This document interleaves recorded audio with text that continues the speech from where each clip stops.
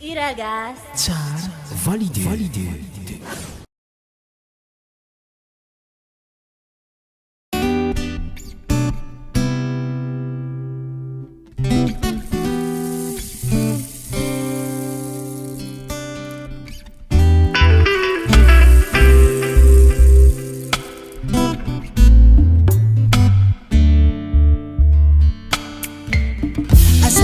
Fa ena malagasy, izako malagasy asehono makasanao, asehifakasy babanao sy ny mamanao.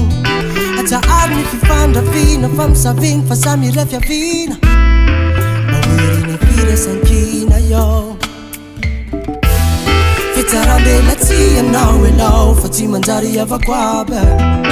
Tsinjofo sy mpanjino eritrereto mitaranako avy.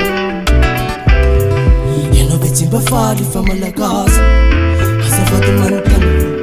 Ianao ve tsimba fiera fa malagasy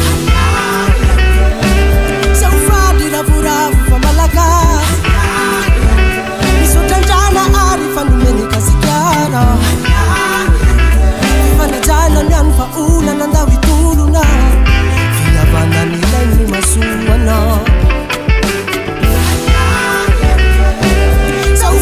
Ravoravo fa malagasy misotrandrana ary fa nomeny kasikara.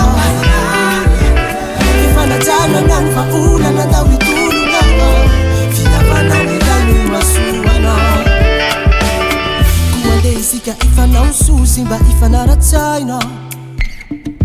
Ny anton'izao kalokalo izao misy afatra mba tianao ampitaina aminao. Fa na fotsy na mainty tadidiva malagasy no sy raika fona misoke. Oh no malagasy iray fona nizandre. Andao hiaraka aneo andao ampiseo fa fombafomba malagasy samy tsy mba haintsareo. Manana ny maiza anazy anety firenena fa zavela ahomena. Asasy maina amin'ny fomba ratsy iray aigny iray fo iray vatsy. Atrany firazananao masinany tanindrazanao. Zaho faly ravoravo fa malagasy misotrandrana ary fa nomeny kasikara. Fifanajana miano fa olana andao hitolona. Fihavana nilay ny masoana.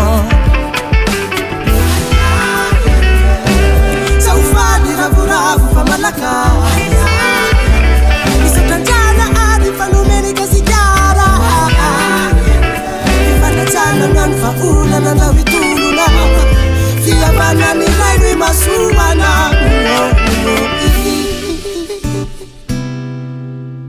Faly fa malagasy